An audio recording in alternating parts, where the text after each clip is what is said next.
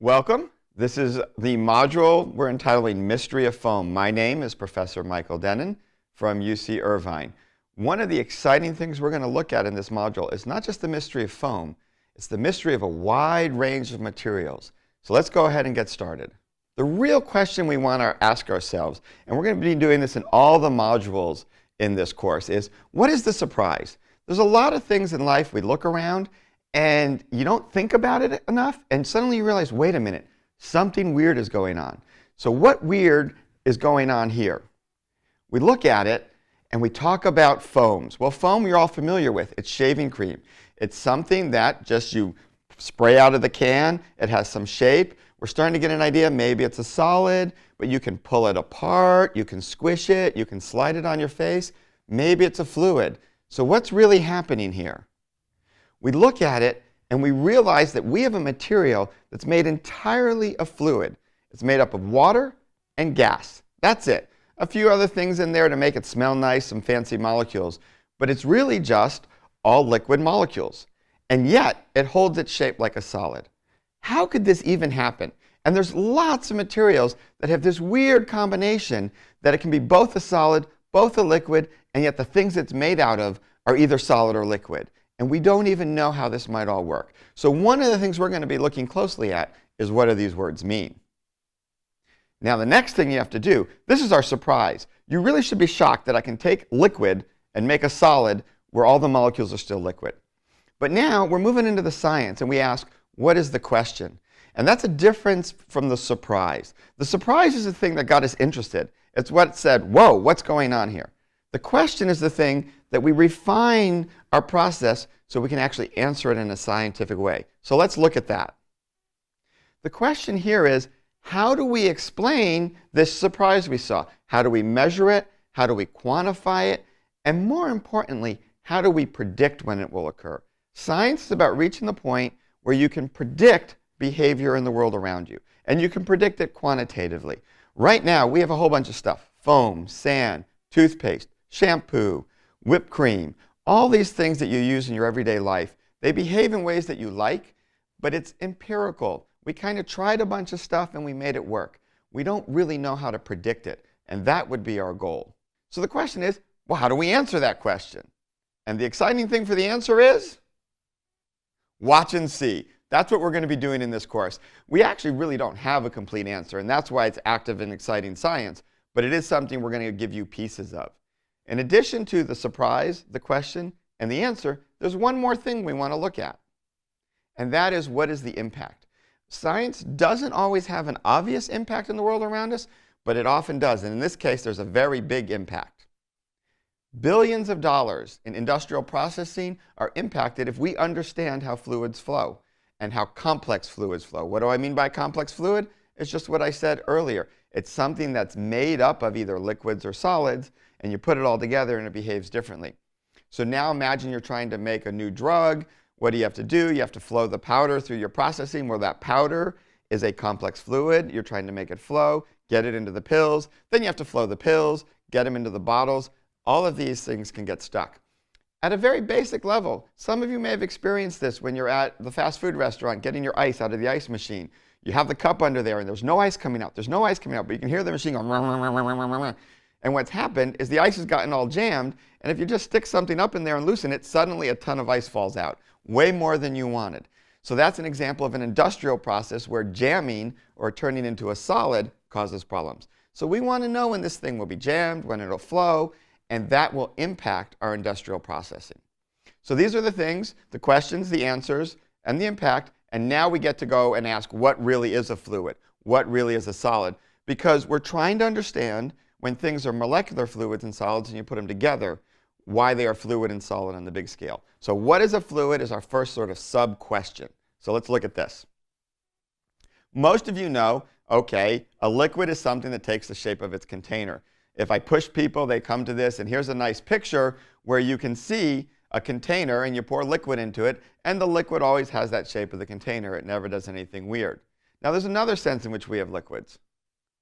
This is they flow. You pour the liquid and it moves, it flows. So it takes the shape of the container, flows. These are two good ways we know something is a liquid. There's another way we know it's a liquid.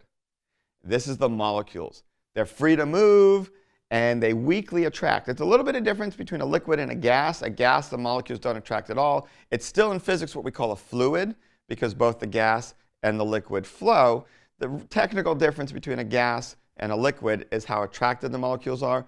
But in either case, they move around, and they're free to go past each other. So we want these three ideas in our head as we think fluid. Now, let's put this all together. Natural question to ask is, which definition do you favor? Think about it a little bit. We all sort of have an instinct for what we think a fluid is. So let's put these two together. We had our large-scale view. This is a fluid as a substance that flows, takes the shape of the container. Now we're starting to get some technical terms. We call this macroscopic, or the large scale. We're looking at the whole system. An idea that's really common throughout these modules is, how does a system behave? But we also have our small scale view. And for that, that's the fluid is where the molecules have a weak attraction. So we can think what we call reductionist of the little pieces, or we think big scale of the whole system. And you want to kind of think, which definition maybe do you favor? Are they compatible? Are they incompatible? How do they work? And we're going to come back to these. Now we move on to, what is a solid? We've got our fluid. Now we need our solid. So let's start looking at that. Again, here it is. Ice cubes. We went with water, so we're going to stick with ice. It holds its shape. We know that about ice. It eventually melts and loses its shape, but that's when it's turning into a fluid. Well, you have the ice cube, or the rock, or the table, or the desk. All of these things hold their shape. Now, we're not going to talk about them flowing. They don't flow. They do something else. They vibrate. You can shake them a little bit, and they shake, but they don't really flow. And so those are the two big things with the solids. Now, if we look at the molecules, they're all basically relatively in a fixed position. Now, if you notice that the little animation we've got going on here behind me, they are kind of jiggling, and that's a key piece of the solid. They're still moving, just in a very small region. And so that's the key idea behind the solid at the big and small scale. So again, we ask ourselves, which definition do you favor? We can look at them together. We've kind of got that large scale. Remember the word macroscopic. The solid holds its shape. And we got our small scale view, the microscopics. The solid is composed of the molecules that have a fixed position. So now that we got these ideas, where are we going? We want to practice using these. So this is a little chance for you. You may want to pause the video at different places, see how well you do in this. We're going to try and identify a bunch of different materials. So let's look at our first one. We got this sand out on the beach. You've made your little sand pile here, got some sand in the bucket. Is this a fluid, or is this a solid? And remember, it's science, so you have to answer the question in terms of your definition. You also got two nice piles to look at. We are on the beach. Now, this sand might look a little wet to you, but I can do this with dry sand as well. So we're really talking solid particles here. Maybe a little hint. Think about what you want. Now let's move to my answers. Well, we're going to talk about the shaving cream here. Is it fluid or solid? Again, let's look at our definitions. We got the shaving cream holding its shape. Does that sound familiar to you? Pause, think about it. What's going on with our shaving cream? Is it a fluid or is it a solid? Now we got sand again. What's going on here? We started with the sand earlier that was holding its shape. I'm showing you a picture here. The sand is flowing a little bit. Maybe you're going to change your mind as to what sand is. Is it a fluid or a solid? What definition are you using? Think about it here. Now our favorite. I'm from California. I'm at UC Irvine, California. This is how fast traffic moves. It doesn't. Is traffic moving? Solid, fluid? Again, we're going to focus in on our definitions. What are you thinking? Where are you going with this? You've had some chance to think about these. I'm going to pause here with this boring slide of where you write and just go through a few things you might have wanted to be thinking about. Were you thinking about large-scale macroscopic? Were you thinking, is it flowing or is it holding its shape? Because then you would have answered one way. Notice sand came out in both categories. You saw it flowing and you saw it holding its shape. Or were you thinking reductionist, small scale? Well, what's small scale in these complex fluids? In the case of sand, it's the sand particles. And the molecules inside the sand particles are the ultimate small scale. They're all a solid. They're rigidly in place, vibrating a little bit, holding their position. We already talked about the shaving cream. That at the small scale is a liquid. It's fluids and gases and free to move. But again, we saw that shaving cream holding its shape. So we're starting to really understand that surprise, that conundrum that's coming out that we're studying. Again, the cars. If they're low density, they're free to move. High density, they're not. But ultimately, cars are solid objects. They're not a fluid. So what are we doing with this? Again, each system we could think of from one or two ways. We could think of from a microscopic, or we can think of from a macroscopic scale. And that's the heart of our physics question. That's the heart of this whole theme and all the modules you'll be facing, is this idea of emergence. The macroscopic scale, new behavior emerges that you couldn't predict from looking at the microscopic scale. If I went down into my foam or my sand or my cars and I looked at the molecules, the only conclusion I could come to for the foam is it's a fluid. For the sand, it's a solid. But now when I go to the macroscopic scale, the large scale of the whole object, suddenly I find it can be either. It can be a solid, it can hold its shape, or it can be a fluid, it can flow. So what does this mean for science? We have things that are turning from a liquid to a solid. We usually think of this happening by doing temperature and cooling it.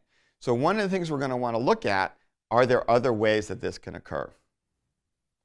That's really our physics question.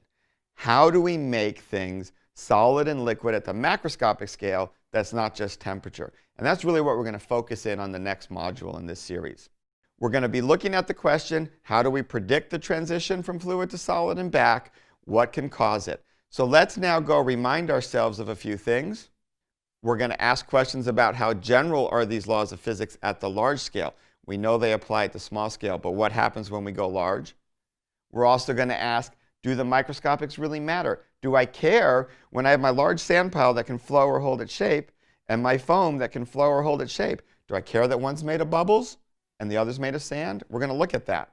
So now that we've set up the surprise, the questions, some hint of where we're going with the answers, we're going to have to understand when something's a fluid, when something's a solid. We can really take these ideas and now ask the question of, how does physics get at making laws about how the large system behaves? And that's going to be a big theme in our next module.